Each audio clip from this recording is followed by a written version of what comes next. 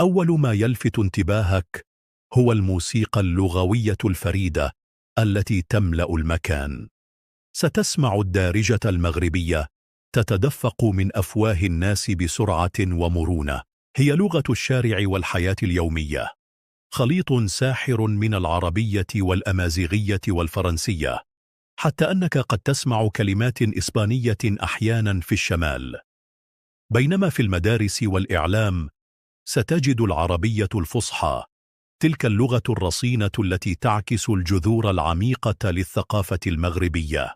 لكن ما يدهشك أكثر هو حضور اللغة الفرنسية. ستراها على لافتات المحلات، في الوثائق الرسمية، وفي تعاملات البنوك والإدارات.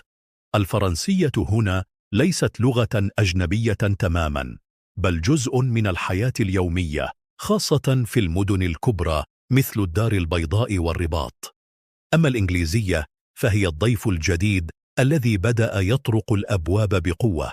تسمعه بين الشباب، في الجامعات الخاصة، وفي عالم السياحة والأعمال الحديثة، لكنها ما زالت بعيدة عن الانتشار الواسع مثل الفرنسية. ستشعر أن هذا التنوع اللغوي يمنح المغرب روحا خاصة، كأنك تعيش بين عوالم مختلفة في وقت واحد.